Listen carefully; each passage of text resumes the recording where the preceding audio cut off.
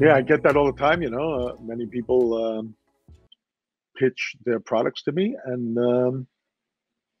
you know, if they're centralized projects, I don't really want to get involved, just because it's not to the ethos of what we're here for.